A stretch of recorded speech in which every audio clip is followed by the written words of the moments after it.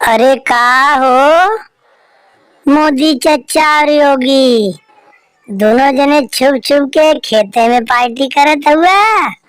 हाँ, इना समझ ले कि अखिलेश बा। हाँ, बोला बोला बोला, जीत गया तेरे, जरा दिल बड़ा करा। अच्छे से पार्टी वार्टी तनी हमहू के बुलावा। नहीं हो अखिलेश बाबू, तुमके थोड़ी हमने भुला गए हुआ, लेकिन चला जब आ गए हुए तो आवत तो हूँ, ल थोड़ा खा ले।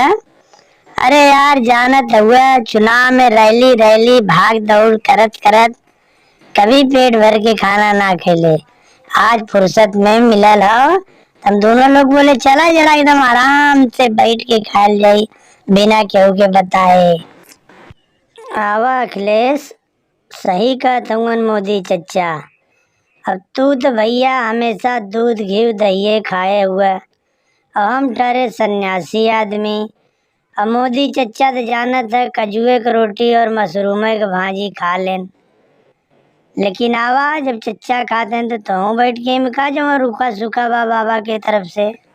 बात तो ठीक कहत हुआ योगी बाबा, लेकिन हमार तो नजर खाली हुई मुख्यमंत्री के कुर्सी पे बा।